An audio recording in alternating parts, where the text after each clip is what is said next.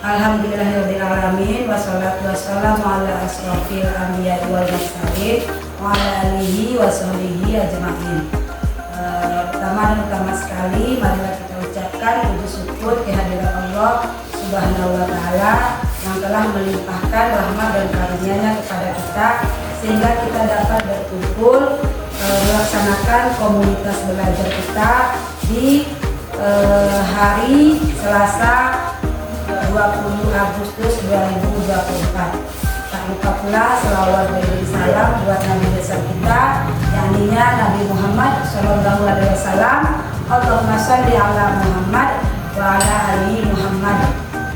Yang terhormat Bapak Kepala Sekolah SD 02 Lumpur Timur dan yang sama-sama kita hormati bapak-bapak dan ibu-ibu rekan pendidik dan tenaga kependidikan SD 02 Lumpur Timur.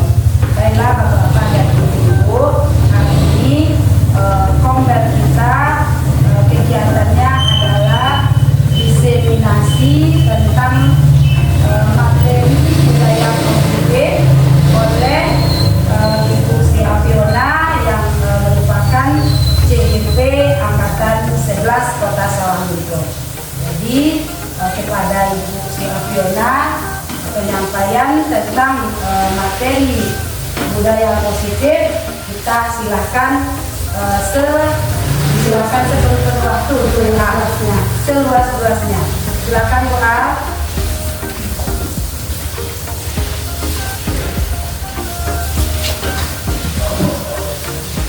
Assalamualaikum warahmatullahi wabarakatuh.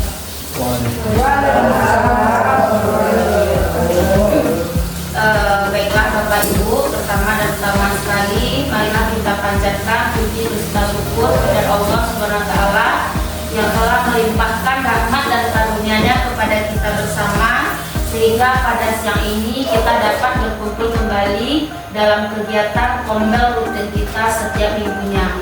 Salawat beserta salam tak lupa kita hadiahkan buat junjungan kita Nabi besar Muhammad Sallallahu Alaihi Wasallam yang telah membawa umatnya dari zaman kebodohan ke zaman yang berilmu pengetahuan seperti yang kita rasakan pada saat sekarang ini.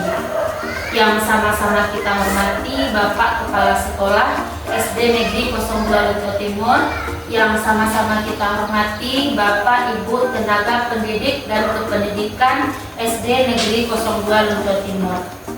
Baiklah Bapak Ibu, pada kesempatan siang hari ini izinkan saya Sri Afiona CGP Angkatan 11 Kota Sawangunto yang akan melakukan pemimbasan atau diseminasi budaya positif, yang mana tujuan dari penyampaian ini adalah kita sebagai warga sekolah bisa memahami bersama tentang budaya positif yang ada di SD 02 Lumpur Timur.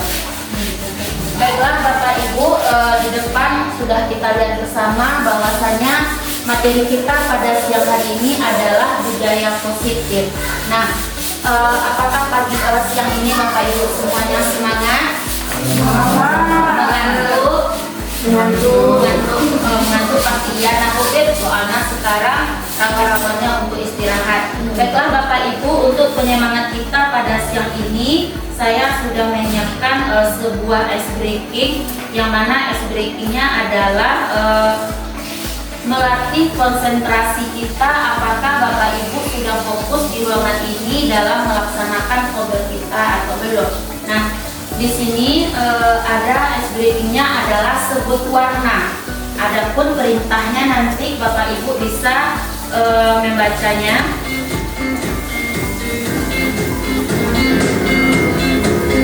Ini aturannya sederhana, yaitu sebut warnanya, jangan tulisannya. Jadi di sini diminta fokus kita semua terhadap ice breaking yang saya tampilkan ini. Jadi yang perlu diingat, sebut warnanya, jangan tulisannya. Mari kita mulai Bapak Ibu.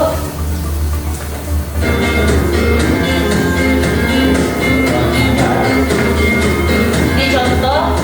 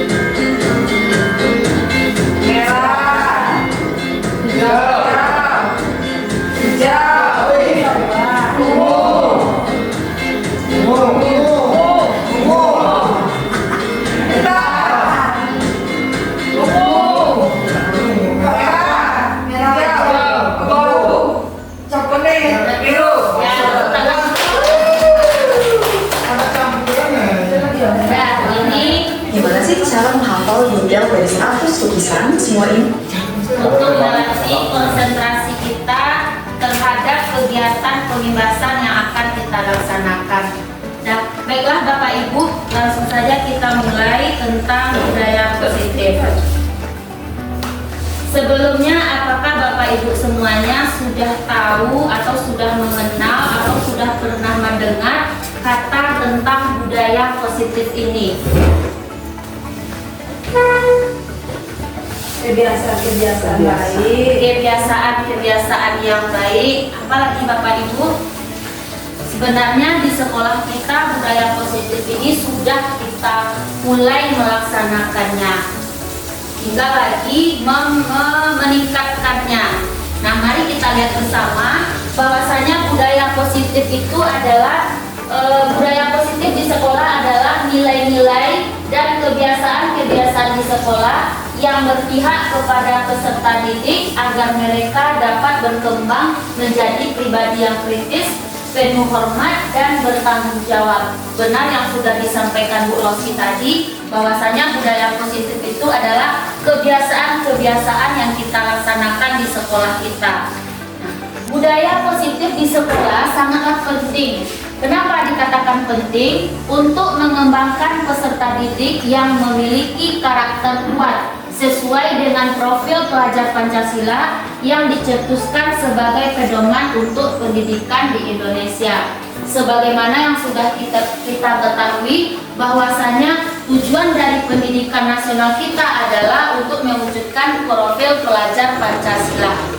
Kemudian lagi, untuk membangun budaya positif ini, sekolah perlu menyediakan lingkungan yang positif, aman dan nyaman agar peserta didik mampu berpikir, bertindak, dan mencipta secara merdeka, mandiri, dan bertanggung jawab. Sekarang mari kita merenung sebentar Bapak Ibu, apakah sekolah kita ini sudah bisa dikatakan sekolah yang nyaman, aman dari berbagai kendala? Sudah bisa dikatakan atau belum? Dapat kita rasakan bersama Bapak Ibu.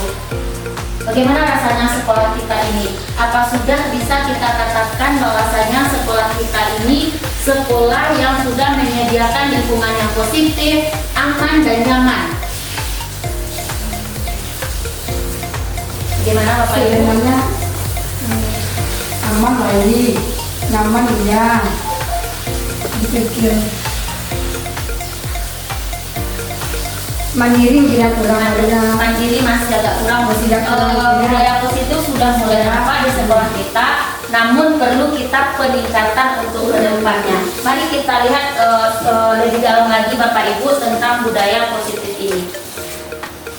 Bagaimana budaya positif yang sudah ada di sekolah berkembang menjadi karakter dari semua warga sekolah? Bagaimana pendidik dapat menumbuh kembangkan budaya positif dalam mewujudkan karakter profil pelajar Pancasila, dan bagaimana menerapkan disiplin positif serta restitusi di posisi pemantau dan manajer sehingga lingkungan yang positif, aman, dan nyaman dapat terwujud. Untuk jawaban ini Bapak Ibu semuanya, mari kita lihat materi selanjutnya. Nah, Bapak Ibu, ada perubahan paradigma dari Stephen R. Covey mengatakan, bila kita ingin membuat kemajuan perlahan, sedikit-sedikit, ubahlah sikap atau perilaku Anda. Namun, bila kita ingin memperbaiki cara-cara utama kita, maka kita perlu mengubah kerangka acuan kita. Ubahlah bagaimana Anda melihat dunia, bagaimana Anda berpikir tentang manusia, ubahlah paradigma Anda, skema pemahaman, dan penjelasan aspek-aspek tertentu tentang realitas. Nah, baiklah Bapak Ibu, di sini tentang budaya positif ini ada 6 yang akan kita gali bersama. Yang pertama yaitu disiplin positif dan nilai-nilai kebajikan universal. Yang kedua, teori motivasi, hukuman, dan penghargaan restitusi. Yang ketiga, kebutuhan dasar manusia. Yang keempat, 5 posisi kontrol guru. Dan yang kelima, keyakinan kelas. Terakhir, segitiga restitusi. Jadi Bapak Ibu semuanya, pada siang ini inilah yang akan kita gali bersama tentang budaya positif ini. Ada 6 materi atau submateri yang akan kita lihat bersama. Kita kita masuk yang pertama, yaitu disiplin positif. Nah, sebelumnya saya yakin bahwasanya Bapak Ibu semuanya sudah tahu dengan kata-kata disiplin ini. Nah, secara bahasa, disiplin itu artinya belajar. Dalam budaya kita, disiplin diartikan sebagai sesuatu yang dilakukan seseorang kepada orang lain untuk mendapatkan kepatuhan. Kita sering di dalam kelas memberitahu kepada anak didik kita untuk bersikap disiplin ini.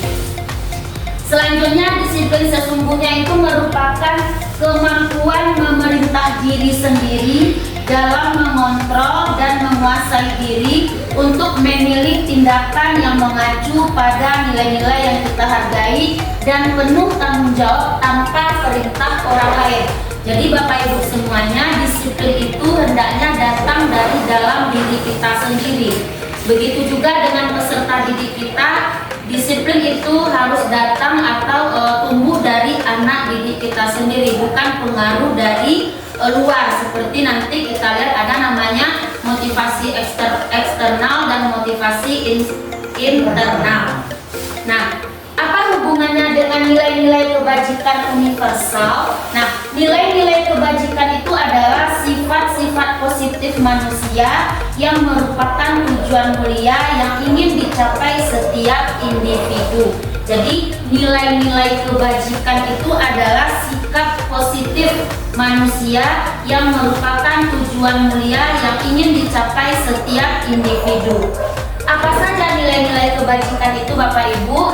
Nah, nilai kebajikan yang pertama yaitu yang ingin dicapai sesuai dengan tujuan pendidikan kita, yaitu profil pelajar Pancasila. Jadi nilai kebajikan P3 inilah yang harus kita gali atau yang harus kita tanamkan kepada peserta didik kita. Apa yang enam itu? Beriman, bertakwa kepada Tuhan Yang Maha Esa dan berakhlak mulia, mandiri, bernalar kritis, berkebinekaan global, bergotong royong dan kreatif. Nah, supaya Bapak Ibu tidak ngantuk, mari kita nyanyi profil pelajar Pancasila supaya Bubit tidak ngantuk. Ya. 1, 2, 3. Pelajar Pancasila beriman dan bertakwa kepada Tuhan Yang Esa dan berakhlak mulia, berkebinekaan global, gotong royong mandiri, kreatif dan bernalar kritis. Tepuk tangan untuk kita semua. Nah, jadi Bapak Ibu, nilai-nilai kebajikan yang pertama yaitu sesuai dengan tujuan pendidikan nasional, yaitu profil pelajar Pancasila. Kemudian ada lagi yang lainnya, yaitu IPO primary ya, program. Ada nilai-nilai kebajikan yang akan kita terapkan kepada peserta didik kita seperti toleransi, rasa hormat, integritas, mandiri, menghargai, antusias, empati, keingintahuan, kreativitas, kerjasama, percaya diri, dan komitmen. Kemudian ada juga Bapak Ibu 9 pilar karakter, yaitu cinta Tuhan dan segenap ciptaannya, kemandirian dan tanggung jawab, kejujuran, hormat dan santun, dermawan, percaya diri, dan terakhir toleransi, kedamaian dan kesatuan. Dan juga ada the 7 essential virtues, yaitu empati, suara hati, kontrol diri, rasa hormat, kebaikan, toleransi, keadilan. Yang mana Bapak Ibu nilai-nilai kebajikan ini nanti akan kita tuangkan dalam namanya keyakinan kelas. Nanti kita lihat pada materi selanjutnya. Jadi nanti ada kaitannya di keyakinan kelas yang kita buat, harus ada mencakup nilai-nilai kebajikan universal ini. Kita lanjut Bapak Ibu, materi yang kedua yaitu teori motivasi perilaku manusia. Nah, motivasi itu ada dua, yaitu motivasi yang datang dari diri kita sendiri atau kita sebut dengan motivasi internal, dan ada motivasi yang datang dari luar, yaitu motivasi eksternal. Nah, mari kita lihat Bapak Ibu, ada tiga tentang teori motivasi perilaku manusia ini. Yang pertama, untuk menghindari ketidaknyamanan atau hukuman. Ini sering kita temukan di dalam kelas kita. kadang anak-anak kita kasih tugas atau kita kasih latihan atau yang lain-lainnya, dia bekerja itu karena takut dihukum. Nah, ya takut dihukum. Gimana Pak Andi? Kita juga, jangankan anak, kita juga sebagai orang dewasa juga demikian. Apa yang akan terjadi apabila saya tidak melakukannya? Itu adalah untuk menghindari ketidaknyamanan atau hukuman. Berarti kira-kira motivasi ini sudah datang dari dalam diri kita atau pengaruh dari luar, internal atau eksternal? Eksternal, karena kita melakukan sesuatu itu motivasinya karena untuk menghindari ketidaknyamanan atau hukuman. Kemudian yang kedua, untuk mendapatkan imbalan atau penghargaan dari orang lain. Nah, ini juga sering terjadi pada anak-anak didik kita, bahkan kita sendiri. Kadang kita ingin dipuji, ingin disanjung, karena kita sebagai manusia pasti memiliki ada nanti 5 kebutuhan dasar manusia, termasuk salah satunya adalah yaitu memiliki rasa kesenangan. Nah, yang kedua, untuk mendapatkan imbalan atau penghargaan dari orang lain. Contohnya kalau kita bawakan anak didik kita, dia menyelesaikan suatu tugas itu mungkin ingin nomor 1 ke depan, atau ingin mendapat nilai 100, atau ingin mendapat hadiah dari guru, atau mungkin yang lain-lainnya. Ini juga termasuk motivasi dari luar, yaitu motivasi eksternal. Kemudian yang ketiga, untuk menjadi orang yang mereka inginkan dan menghargai diri sendiri dengan nilai-nilai yang mereka percaya. Dia akan menjadi orang seperti apa apabila saya melakukannya. Kira-kira Bapak Ibu, dari 3 ini yang mana sebenarnya yang harus kita, motivasi mana seharusnya yang harus kita punyai? Yang nomor 3 ini, yaitu kita melakukan sesuatu karena ingin menghargai diri sendiri dengan nilai-nilai yang mereka percayai. Artinya motivasi dari dalam diri kita sendiri atau disebut dengan motivasi internal. Jadi Bapak Ibu, teori motivasi perilaku manusia ini dapat ada namanya motivasi eksternal dan ada motivasi internal. Marilah kita dorong atau kita ajak atau kita contohkan kepada anak didik kita untuk menjadi orang yang mereka inginkan dan menghargai diri sendiri dengan nilai-nilai yang mereka percayai, yaitu motivasi yang datang dari dalam diri anak kita sendiri. Kita lanjut Bapak Ibu semuanya. Nah, ini ada 5 kejanggalan tentang dihukum oleh penghargaan. Mari kita lihat bersama. Yang pertama, memberikan pengaruh jangka pendek dan jangka panjang. Penghargaan diberikan untuk membuat seseorang melakukan sesuatu dalam jangka waktu pendek. Jika terlalu sering menggunakan penghargaan, maka orang tersebut akan bergantung pada penghargaan dan akan kehilangan motivasi internalnya. Lama-kelamaan orang tersebut menjadi tidak menyadari tindakan baik yang dilakukan. Ia tanda ini Bapak Ibu. Kalau sering kita memberikan penghargaan kepada peserta didik kita, maka peserta didik kita akan bergantung pada penghargaan. Jadi dia punya di dalam pikirannya, apapun yang dia lakukan pasti dia mengharapkan penghargaan yang diberikan oleh bapak atau ibu gurunya. Kemudian penghargaan itu sebenarnya tidak efektif. Kenapa? Mari kita lihat. Penghargaan merupakan suatu benda atau peristiwa yang diinginkan yang dibuat dengan suatu syarat tertentu. Penghargaan diperoleh jika melakukan hal yang disyaratkan. Jika tidak mendapatkan penghargaan yang diharapkan, maka akan timbul rasa kecewa dan berkecil hati, dan kemungkinan di dalam waktu tidak akan berusaha sekeras sebelumnya. Kita juga harus terus-menerus memberikan penghargaan. Jika ingin seseorang melakukan sesuatu, orang yang berusaha berhenti, ini contohnya orang yang berusaha berhenti merokok, bila diberi penghargaan tidak akan berhasil. Kalau kita hubungkan dengan peserta didik kita, kira-kira seperti apa contohnya ya Bapak Ibu? Yang nomor 2 ini penghargaan tidak efektif.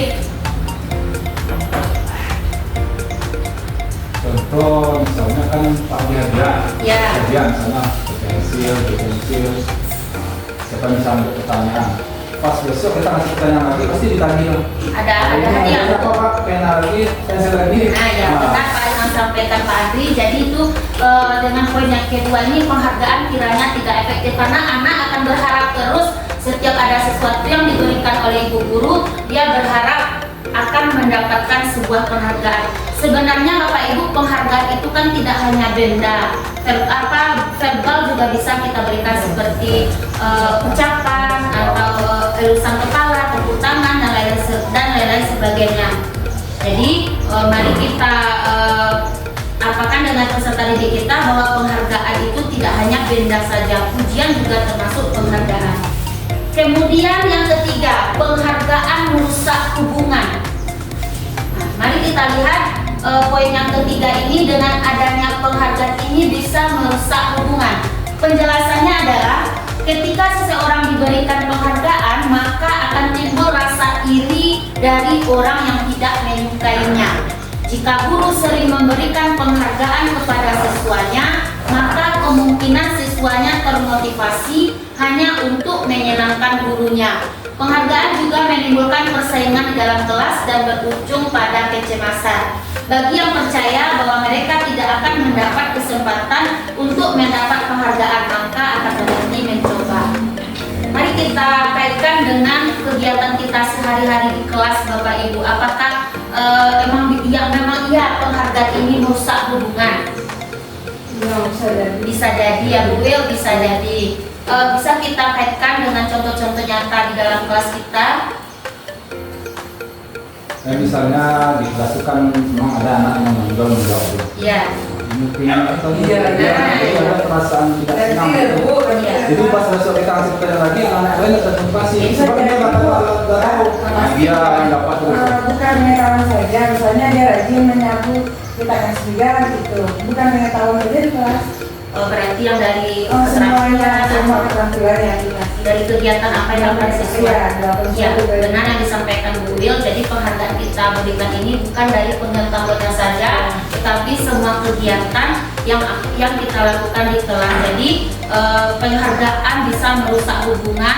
Anak yang kurang berani tampil, pasti yang akan menjauh nanti teman-temannya yang berani atau yang IQ-nya lebih tinggi daripada dia. Ya, Bapak Pantri. Sebenarnya di satu sisi memang seperti itu kan, tapi di sisi lain kembali lagi ke pribadi itu.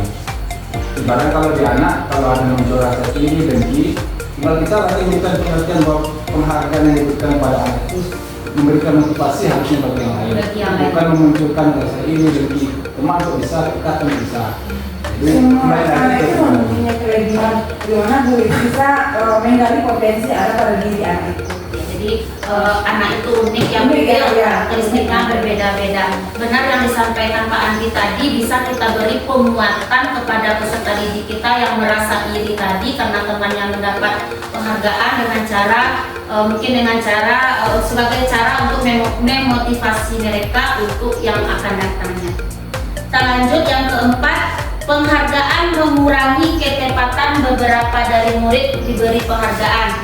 Pada saat mereka memberikan jawaban benar, sementara sebagian yang lain tidak. Jadi ada misalnya contohnya di sini penghargaan mengurangi ketepatan. Mungkin di sini ada anak-anak yang menjawab sama, tapi kita beri penghargaan kepada seseorang saja, padahal yang lain ada kesempatan dia menjawab. Mereka memberikan jawaban benar, sementara sebagian lain tidak. Kemudian yang kelima, penghargaan menghukum. Penghargaan menghukum mungkin bisa dibantu Bu Siska untuk membacakan penjelasan tentang penghargaan menghukum ini. 5. Penghargaan menghukum. Penghargaan menghukum, mereka tidak mendapat penghargaan. Penghargaan dan menghukum adalah hal yang sama karena keduanya berusaha mengendalikan perilaku seseorang. Pada dasarnya, setiap orang tidak suka dikendalikan. Dalam jangka waktu lama, penghargaan akan terlihat sebagai hukuman. Jika penghargaan sangat diharapkan, tetapi dia tidak dapat mendapatkannya, maka akan merasa cukup. Di penghargaan menghukum. Kita akan masalah kalau dapat penghargaan. Mungkin Pak Andri bisa bantu menjelaskannya lagi. Dan Bapak Ibu semuanya, kita lanjut ke materi yang selanjutnya, yaitu kebutuhan dasar manusia. Kebutuhan dasar manusia itu ada 5. Yang pertama yaitu kebutuhan bertahan hidup, seperti rasa aman, kesehatan, rumah, dan makanan. Kemudian yang kedua, kebutuhan cinta dan kasih sayang, kebutuhan untuk diterima, yaitu hubungan dan koneksi sosial. Kemudian kebutuhan penguasaan, kebutuhan pengakuan atas kemampuan, kekuatan untuk mencapai sesuatu. Kemudian kebutuhan kebebasan, yaitu kebutuhan akan pilihan, kemandirian, mempunyai pilihan dan mampu mengendalikan arah hidup. Dan yang terakhir, kebutuhan kesenangan, yaitu kebutuhan untuk merasa senang, merupakan kebutuhan untuk mencari kesenangan, bermain, dan tertawa. Nah, kelima kebutuhan dasar manusia ini dapat kita rasakan secara pribadi kita sendiri. Kalau kita lihat kebutuhan bertahan hidup, kesehatan kita saja yang terganggu rasanya Bapak Ibu tidak akan nyaman rasanya. Jadi ini sangat penting sekali, yaitu kebutuhan bertahan hidup, rumah, dan makanan. Kemudian ini kebutuhan cinta dan kasih sayang, kita juga merasakan pengen merasakan cinta dan kasih sayang sesama. Kemudian kebutuhan tentang penguasaan, kemudian kebutuhan kebebasan. Nah, ini kebebasan ini kita perlu sekali, kebutuhan akan pilihan. Dan terakhir, kebutuhan kesenangan, ingin merasakan senang, merupakan kebutuhan untuk mencari kesenangan, bermain, dan tertawa. Selanjutnya, posisi kontrol guru. Nah, untuk posisi kontrol guru ini, apakah Bapak Ibu semuanya sudah pernah mendengar istilah posisi kontrol guru ini?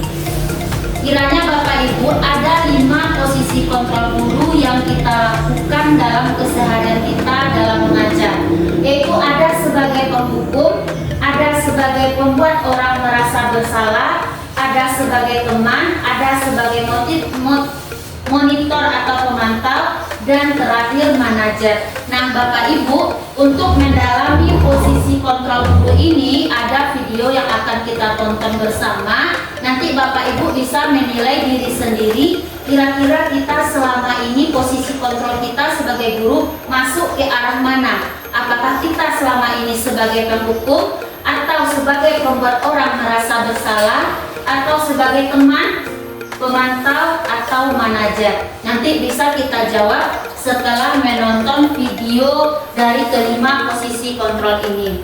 Baiklah Bapak Ibu, mari kita simak bersama dengan seksama supaya kita bisa memahami 5 posisi kontrol.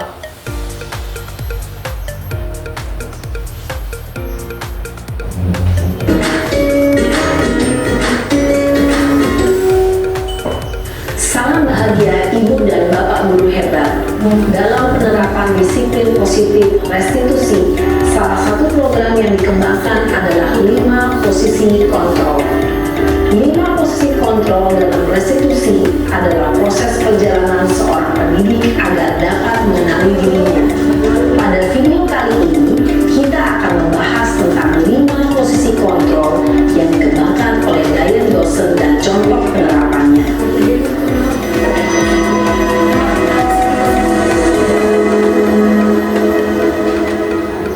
5 posisi kontrol itu adalah 1. Posisi penghukum, 2. Posisi pembuat merasa bersalah, 3. Posisi teman, 4. Posisi pemantau atau monitor, dan 5. Posisi manajer.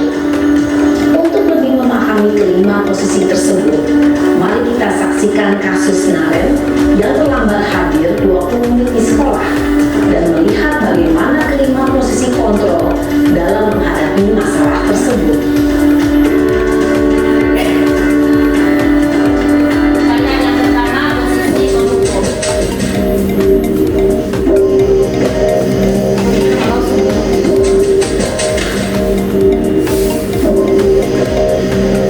Naren! Sini kamu!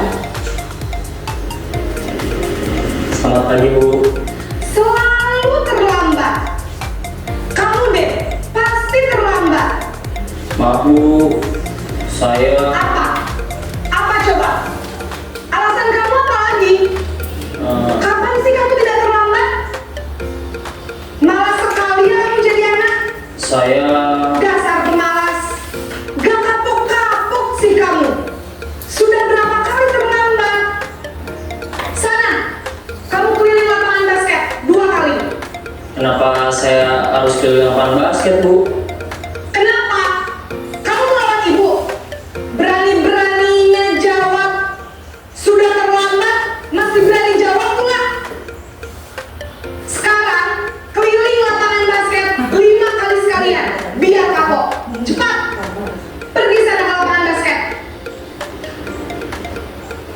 Posisi penghukum biasanya berbicara dengan nada tinggi, menghardik, menunjuk-nunjuk, menyakiti, dan menyindir.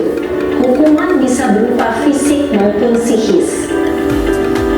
Ibu dan bapak guru hebat.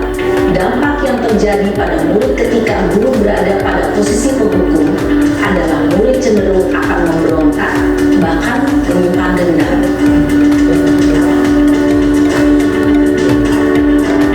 Kita lihat posisi yang kedua, masih masalah Naren yang terlambat 20 menit ke sekolah.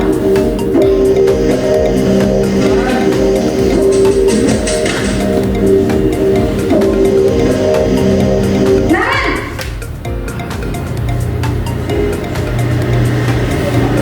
Selamat pagi Bu. Naren, kamu kenapa terlambat lagi, nak? Ya Tuhan, Naren, kamu senang ya bikin ibu susah ya? Kalau kamu terlambat lagi, nanti ibu yang ditegur bapak kepala sekolah, nak. Disangka ibu tidak bisa membina kamu. Duh, gimana ini? Maaf Bu, Duh Gusti Naren, kamu suka ya kalau ibu ditegur bapak kepala sekolah? Terus, sekarang ibu harus tulis apa ini di buku absen? Ini kamu sudah sering terlambat loh. Ibu harus apa coba? maaf Bu, maaf sekali. Ya sudah, lain kali jangan bikin ibu susah lagi ya nak ya. Ibu tidak akan kuat lagi kalau kamu gini terus. Bisa jantungan kalau ibu tegur bapak kepala sekolah. Sana cepat ke kelas. Maaf ya Bu, maaf sekali. Posisi pembuat rasa bersalah berbicara dengan nada tenang, cenderung lembut. Namun kata-kata yang diutarakan membuat murid merasa menjadi orang yang gagal, memandang buruk dirinya sendiri, merasa tidak berharga, dan tidak sanggup membahagiakan orang lain. Ketika guru mengambil posisi pembuat rasa bersalah, murid akan menganggap dirinya yang bersalah dan ia akan menyimpan emosi negatif tersebut di dalam dirinya. Lanjut yang ketiga, posisi teman, masih kasus yang sama, yaitu Naren yang terlambat 20 menit.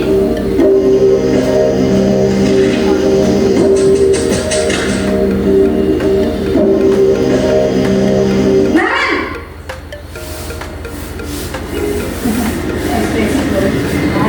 Selamat pagi Bu. Wah, sudah jam berapa ini nak? Terlambat lagi ya sayang. Iya Bu, habis ibu saya lupa bangunkan saya Bu. Kamu malah menyalahkan ibu kamu. Kamu bukannya anak yang larinya paling kencang. Kok terlambat sih?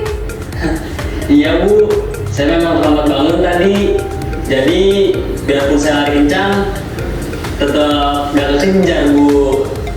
Ya sudah sana. Nanti lain kali larinya lebih kencang lagi ya. Biar gak terlambat lagi. Bikin senang ibu. Demi ibu. Bisa kan? Bisa lah Bu. Ya sudah sana masuk kelas. Ibu beresin urusan absen kamu. Kamu ini ada-ada saja. Dalam posisi teman, guru berbicara dengan nada suara ramah, akrab, cenderung bersenda gurau untuk menjaga suasana tetap santai. Murid akan merasa senang, aman, dan akrab dengan guru. Identitas yang tercipta adalah identitas sukses atau berhasil. Namun, dorongan eksternal, maka ada faktor ketergantungan dari murid kepada orang tertentu. Di sini guru aksennya, sehingga di lain waktu murid bisa berperilaku baik, namun hanya kepada orang-orang tertentu saja.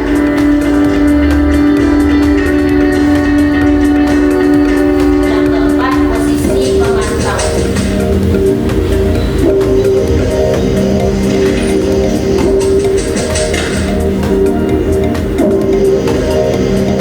Naren,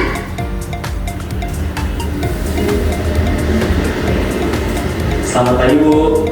Naren, apa peraturan sekolah kita tentang jam berapa kita harus masuk sekolah, nak? Kita harus di sekolah jam 7 Bu. Iya betul, sekarang sudah jam 7.20. Naren sudah tahu konsekuensinya jika terlambat hadir. Paham Bu, saya harus tinggal kelas pas jam istirahat selama 20 menit. Iya benar, konsekuensinya demikian.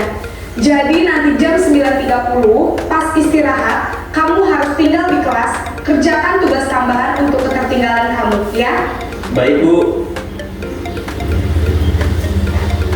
Posisi pemantau mengandalkan penghitungan atau data untuk mengontrol murid. Guru mengarahkan murid berdasarkan peraturan dan konsekuensi. Seorang pemantau menunjukkan bahasa tubuh dan ekspresi wajah yang datar dan cenderung formal. Terakhir, posisi manajer.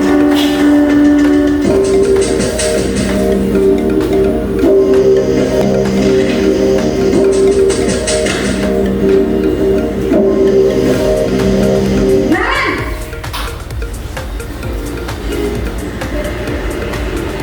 Selamat pagi Bu. Selamat pagi Naren. Maaf Bu, saya terlambat. Iya, sekolah masuknya jam 7, sekarang sudah jam 7.20. Jadi sekarang bagaimana ini Naren? Maaf Bu, saya lupa setel alarm saya semalam.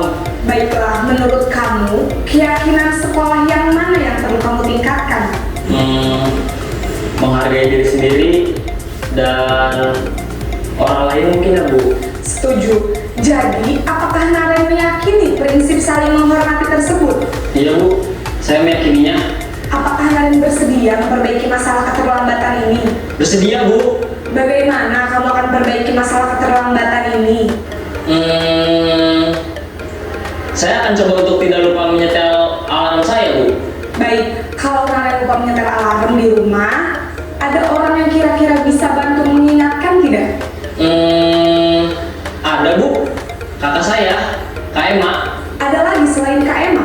Selain Kak Emma, ada ibu saya. Baik, jadi yang mengingatkan Naren adalah Kak Emma dan ibu kamu ya?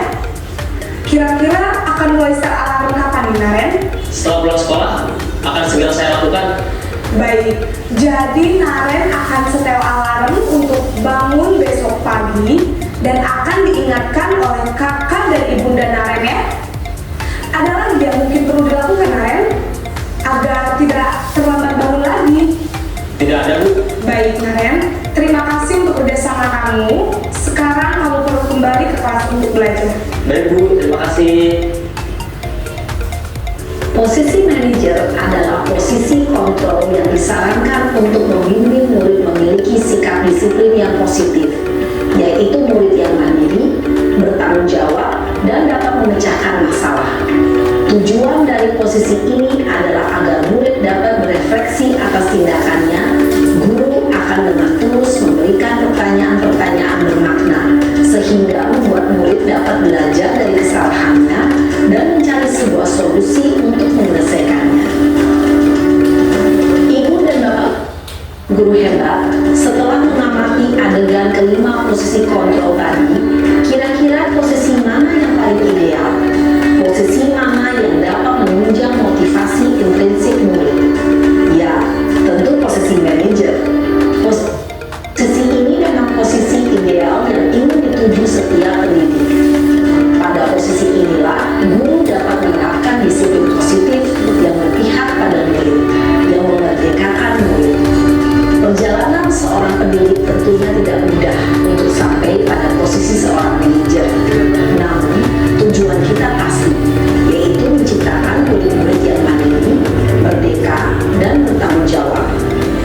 Semoga penggambaran.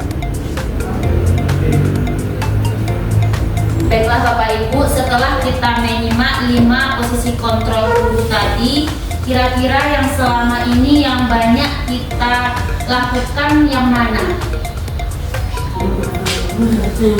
Kita bisa menilai diri kita sendiri, apakah selama ini kita sebagai penghukum, apakah selama ini kita sebagai pembuat orang merasa bersalah, apakah kita posisi kontrol kita sebagai teman, sebagai pemantau, atau sebagai manajer. Ada kalanya penghukum, ada kalanya pembuat orang merasa bersalah, kadang-kadang teman, jarang manajer.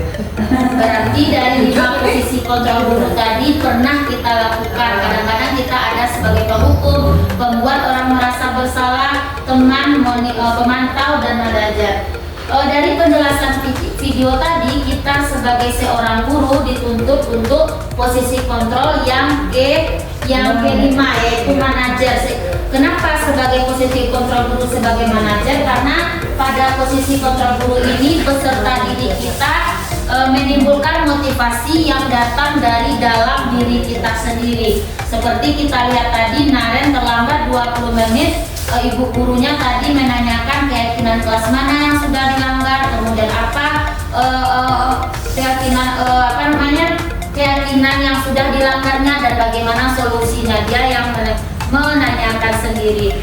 Mudah-mudahan untuk kedepannya dari melihat video ini kita bisa berada pada posisi kontrol yang kelima, yaitu posisi kontrol sebagai manajer untuk kedepannya.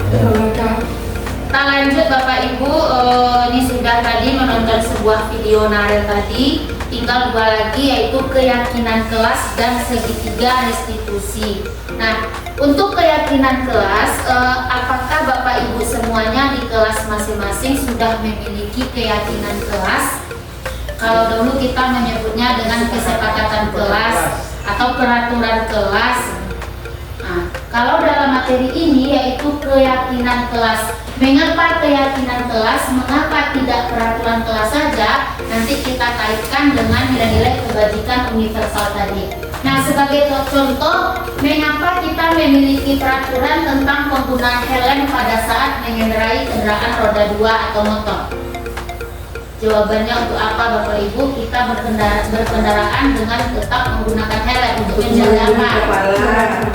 Menjaga keselamatan. Nah, yang bagus Bu, itu untuk keselamatan diri kita sendiri. Kemudian yang kedua, mengapa kita memiliki peraturan tentang penggunaan masker dan mencuci tangan setiap saat untuk menjaga kesehatan tubuh kita. Yang pertama tadi untuk keselamatan, dan yang kedua untuk kesehatan. Nah, nilai-nilai keselamatan atau kesehatan inilah yang kita sebut sebagai suatu keyakinan, yaitu nilai-nilai kebajikan universal yang disepakati secara tersirat dan tersurat, lepas dari latar belakang suku, negara, bahasa, maupun agama. Nah Bapak Ibu, bagaimana caranya pembentukan keyakinan kelas atau keyakinan sekolah? Mari kita lihat bersama, mudah-mudahan nanti di dalam kelas kita bisa tercipta sebuah keyakinan kelas. Pembentukan keyakinan sekolah atau keyakinan kelas ini, yang pertama, keyakinan kelas bersifat lebih abstrak daripada peraturan yang lebih rinci dan konkret. Kemudian keyakinan kelas berupa pernyataan-pernyataan universal. Kemudian pernyataan keyakinan kelas senantiasa dibuat dalam bentuk positif. Kemudian keyakinan kelas hendaknya tidak terlalu banyak sehingga mudah diingat dan dipahami oleh semua warga kelas. Keyakinan kelas sebaiknya sesuatu yang dapat diterapkan di lingkungan tersebut. Semua warga kelas hendaknya ikut berkontribusi dalam pembuatan keyakinan kelas lewat kegiatan curah pendapat. Dan yang terakhir, bersedia meninjau kembali keyakinan kelas dari waktu ke waktu. Inilah langkah-langkah kita dalam membuat pembentukan keyakinan sekolah atau keyakinan kelas. Kalau kita sebagai guru, tentunya keyakinan yang kita butuhkan. Jadi Bapak Ibu, adapun nilai-nilai kebajikan yang diterima secara universal lepas dari latar belakang budaya, bahasa, suku bangsa maupun agama, berupa hal-hal seperti keadilan, kehormatan, peduli, integritas, kejujuran, pelayanan, keamanan, kesabaran, tanggung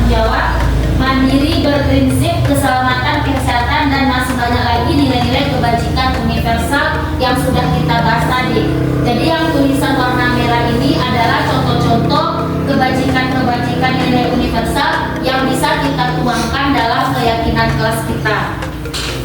Nah, ini caranya Bapak Ibu, cara membuat prosedur pembentukan keyakinan kelas.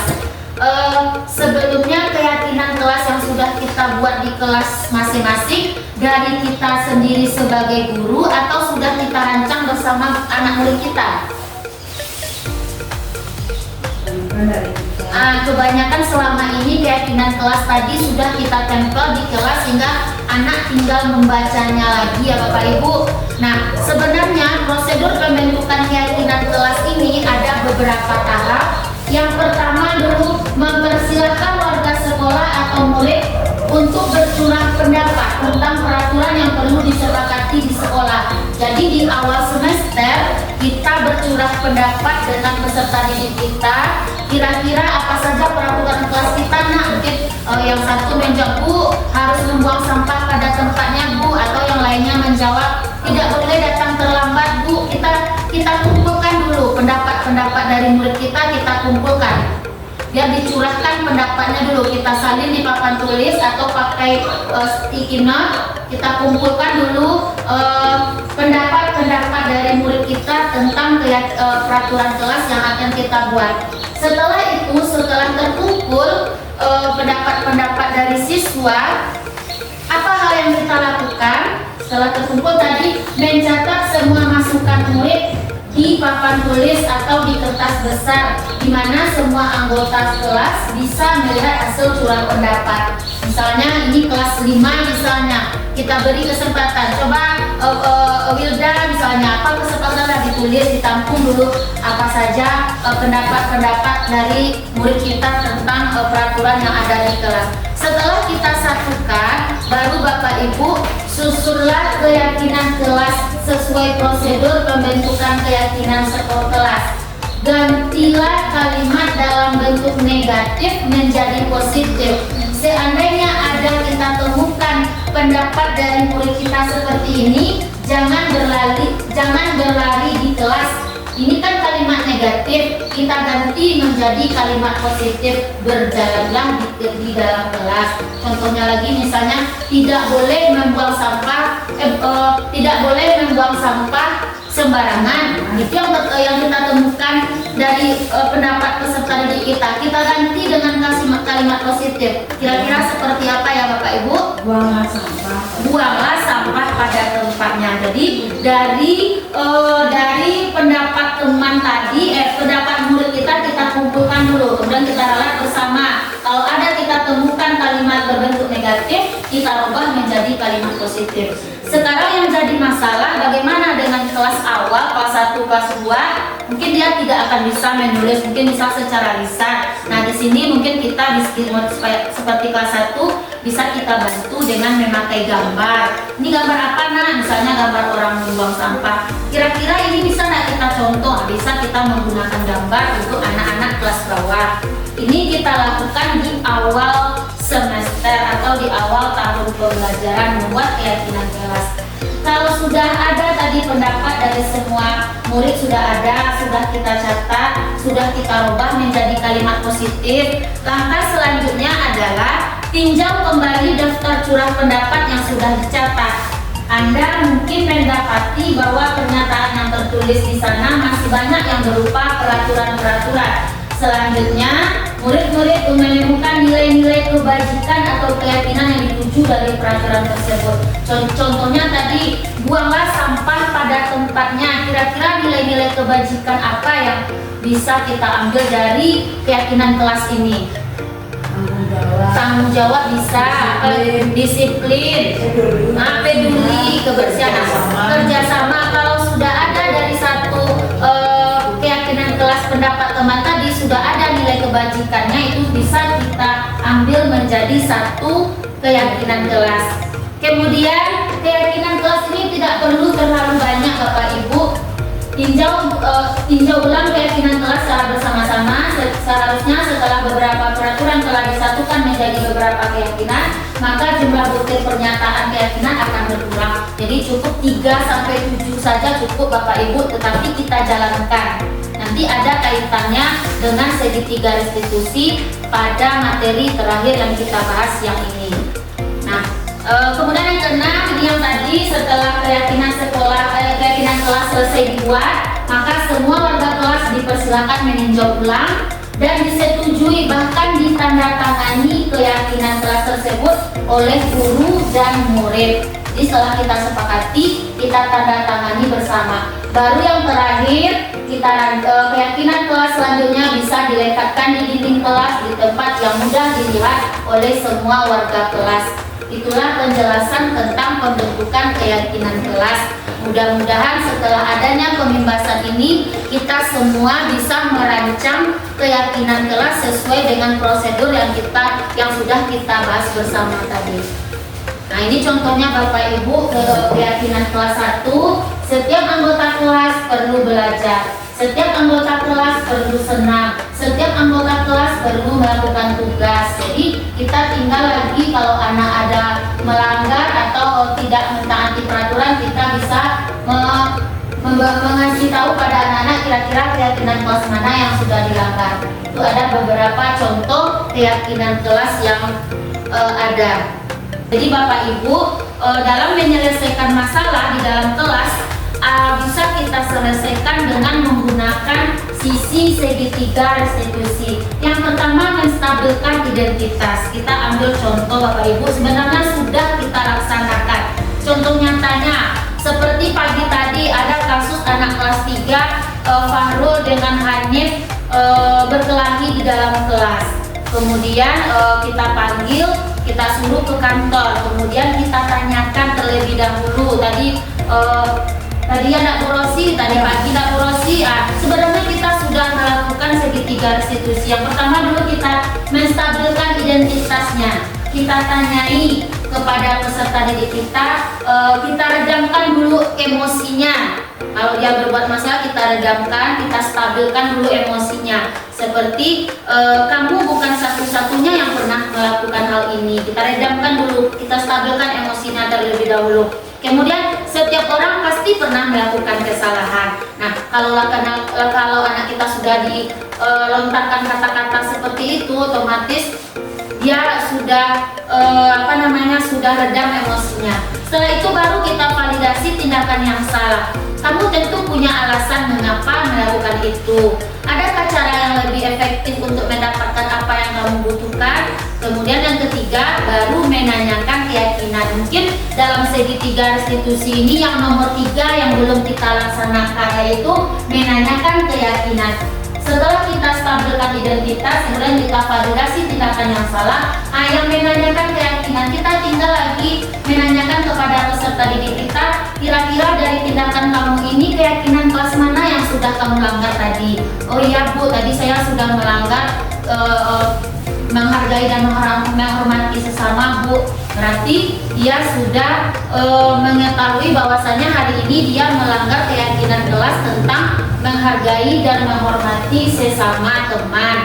Jadi Bapak Ibu, materi ini saling berkaitan. Kalau sudah ada keyakinan kelas, kalau seandainya kita mempunyai masalah anak di dalam kelas kita, bisa kita laksanakan dengan segitiga restitusi ini yang ada 3 langkah. Yang pertama dulu menstabilkan identitas, validasi tindakan yang salah, kemudian menanyakan keyakinan. Nah, ini ada penjelasannya Bapak Ibu mengenai sisi menstabilkan identitas. Sisi ini merupakan bagian dasar dari segitiga yang bertujuan untuk mengubah identitas anak dari yang gagal karena melakukan kesalahan menjadi orang yang sukses. Contoh kalimat yang bisa kita gunakan kepada anak kita mungkin seperti ini: berbuat salah itu tidak apa-apa. Tidak ada manusia yang sempurna. Kita bisa menyelesaikannya. Bapak tidak tertarik untuk mencari siapa yang salah, tapi Bapak ingin mencari solusi dari permasalahan ini. Saya lihat di sekolah kita itu Bu Rosi sudah mencobakan menyelesaikan masalah di dalam kelas ini dengan menggunakan segitiga restitusi. Ya kan Bu Rosi? Nah, kita lanjut yang kedua, sisi validasi tindakan yang salah. Setelah kita menstabilkan identitasnya, langkah yang kedua yaitu validasi tindakan yang salah. Restitusi tidak menyarankan guru berbicara kepada siswa. bahwa melanggar peraturan adalah sikap yang baik, tetapi dalam restitusi harus memahami alasannya dan memahami bahwa setiap orang pasti melakukan hal yang terbaik pada waktu tertentu. Untuk itu perlu dilakukan validasi terhadap kebutuhan dari siswa dengan menggunakan contoh kalimat berikut. Padahal kamu bisa melakukan yang lebih buruk dari ini ya. Kamu pasti punya alasan mengapa melakukan hal itu. Kamu boleh mempertahankan sikap itu, tapi kamu harus menambahkan sikap baru. Ini kadang dengan bahasa kita sudah kita laksanakan, Bapak Ibu. Kalau ada masalah, nanti kita sudah kita tanyakan alasan-alasan mengapa anak kita melakukan hal tersebut. Kemudian sisi menanyakan keyakinan. Nah, mungkin yang poin ketiga ini yang belum kita laksanakan, yaitu menanyakan keyakinan. Setelah melakukan langkah 1 dan 2, maka anak telah siap untuk dihubungkan dengan nilai-nilai yang dipercaya dan berpindah menjadi orang yang diinginkan. Contohnya, apa yang kita percayai sebagai kelas atau keluarga, apa nilai-nilai umum yang kita telah sepakati, dan kamu mau jadi orang seperti apa. Bapak Ibu, itulah 3 tentang langkah-langkah dalam segitiga restitusi. Itu tentang pengimbasan budaya positif. Pelajaran yang didapat selama pelaksanaan yang sudah saya lakukan adalah pentingnya membuat keyakinan kelas untuk menumbuhkan motivasi internal pada diri peserta didik. Setuju atau tidak setuju Bapak Ibu? Bahwasanya kita penting membuat keyakinan kelas untuk menumbuhkan motivasi internal pada diri peserta didik. Setuju. Yang kedua, adanya dukungan dari berbagai pihak terkait sarana-prasarana yang memadai sangat kontribusi dalam usaha membangun disiplin positif. Ini kalau tidak ada saja satu dukungan, pasti budaya positif ini tidak akan terlaksana. Kemudian layanan restitusi dalam menyelesaikan masalah memfokuskan peserta didik untuk belajar dari kesalahan, menuntun untuk melihat ke dalam diri, memperbaiki hubungan, fokus pada karakter dan solusi. Dan yang terakhir, untuk menerapkan disiplin restitusi, seorang guru harus mampu memposisikan diri sebagai apa tadi Bapak Ibu? Sebagai manajer agar dapat membimbing siswa sehingga siswa mampu mengevaluasi diri bagaimana menjadi diri sendiri yang lebih baik. Nah, ini pengalaman penerapan saya dalam menyelesaikan modul ini, yang itu segitiga restitusi. Saya sudah mencoba menerapkannya dalam kasus satu ini, yaitu ada salah seorang murid saya,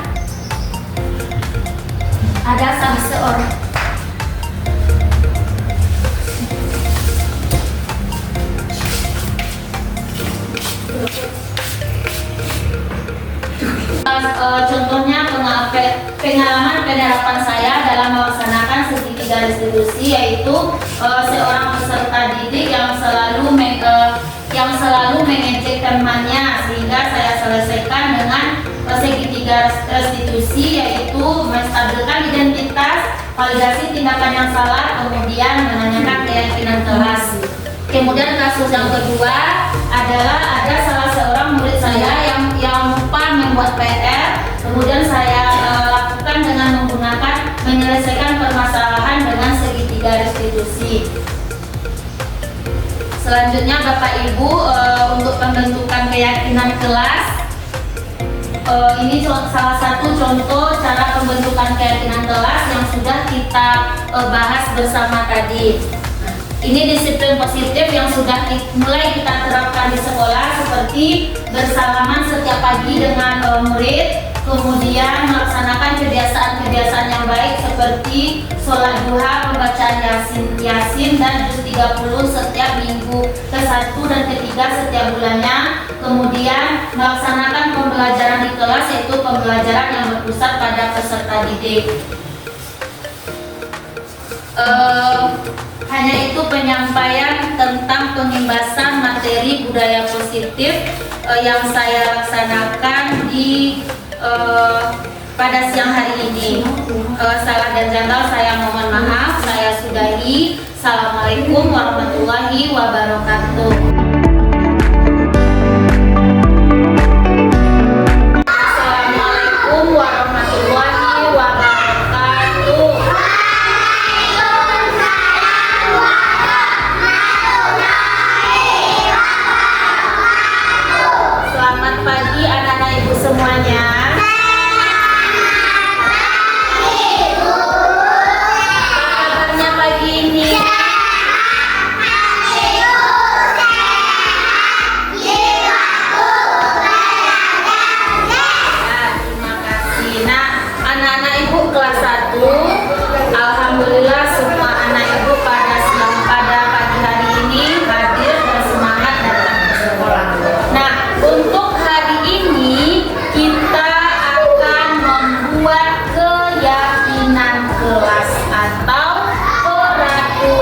kelas.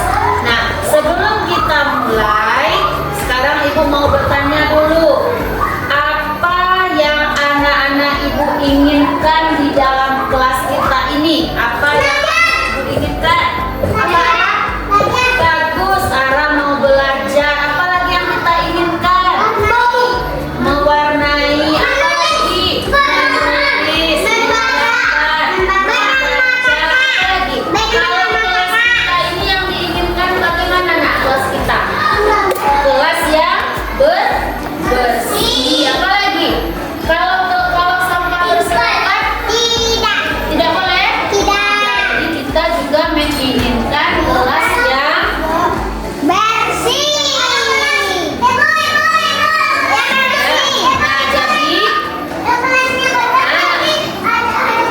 ya, kalau kelas kita kotor, kelas kita ada hukumannya. Sebagaimana yang Anda lihat di papan tulis, kita hari ini akan membicarakan tentang keyakinan kelas. Nah, keyakinan kelas ini harus kita buat, harus kita sepakati bersama-sama, harus kita ikuti bersama-sama. Tadi anak-anak Ibu menginginkan di dalam kelas ini kita belajar dengan tertib. Tulis ya, karena anak Ibu kelas 1 belum bisa menulis, Ibu yang nulis di papan tulis. Belajar dengan nyaman.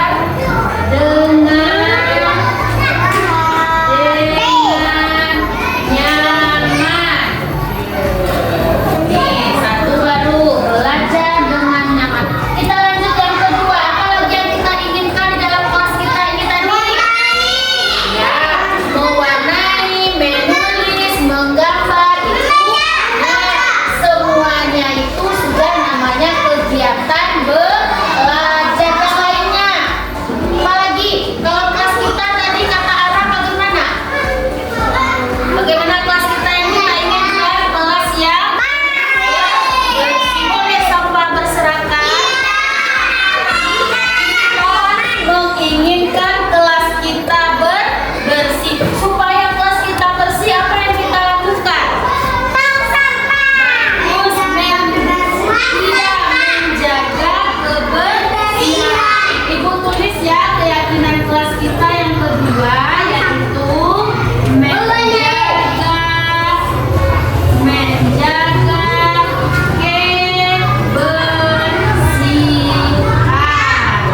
Nah, kalau kelas kita kotor, nyaman kita belajar? Jadi kita menginginkan kelas kita bersih. Jadi anak-anak Ibu bertanggung jawab menjaga kebersihan. Apalagi yang kita inginkan? Apa yang kita inginkan? Boleh berkelahi? Boleh ribut? Tidak boleh berkelahi, berarti anak-anak Ibu sesamanya harus saling bagaimana, nak? Saling bagaimana? Saling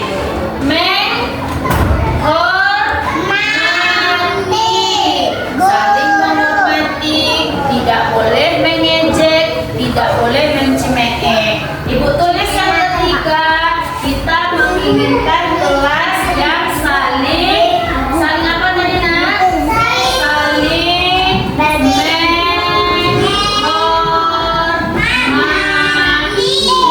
Nah, tidak boleh berkelahi dengan teman.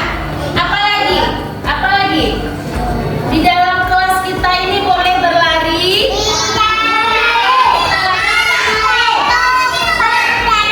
Belajar dengan tertib.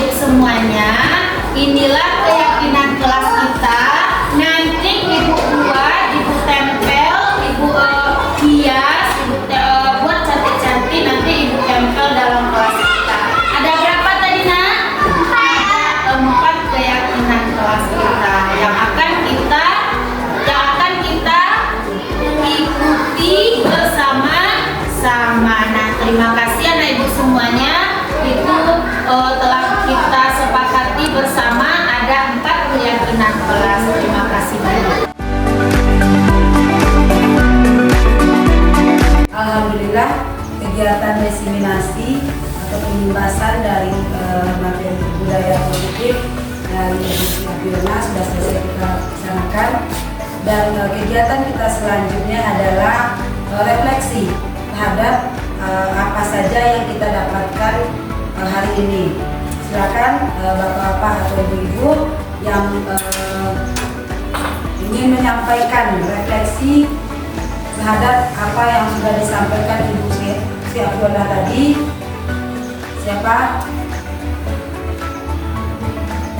Silakan. Ya, Bu Wir. Silakan Bu Wir. Terima kasih. Assalamualaikum warahmatullahi wabarakatuh. Waalaikumsalam warahmatullahi wabarakatuh. Terima kasih Bu Abi yang telah memaparkan tentang asesmen budaya positif kepada kita bersama. Karena budaya positif ini sangat penting diterapkan di kelas. Itu contohnya tadi anak yang terlambat, bagaimana caranya kita mengatasinya supaya tidak terlambat lagi dari diri dia sendiri. Kemudian lagi kesepakatan kelas, kita sepakati bersama siswa di kelas. Kemudian kita merefleksi dengan kebajikan sesuai dengan kebajikan di kelas, bagaimana dia bisa menerapkan dalam kehidupan sehari-hari. Terima kasih. Assalamualaikum warahmatullahi wabarakatuh. Ya, terima kasih Bu Bir yang sudah merefleksi kegiatan kita hari ini. Jadi silakan yang lain nanti baru kita simpulkan.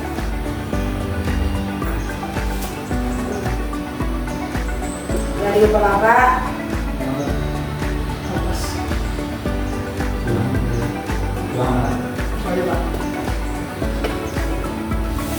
Bagaimana?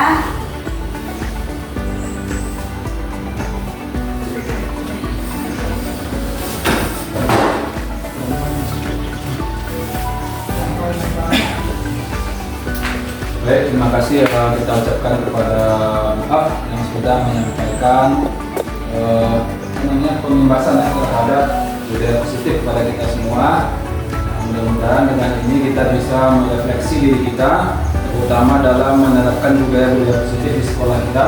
Dan yang paling penting adalah bagaimana kita menyelesaikan persoalan-persoalan terhadap peserta didik kita dengan menerapkan segitiga restitusi, di mana kita menempatkan posisi peserta didik itu bukan sebagai seorang yang selalu membuat kesalahan, tetapi menyadarkannya dengan menanamkan nilai-nilai kebaikan yang harus diterapkan dalam proses pembelajaran di sekolah.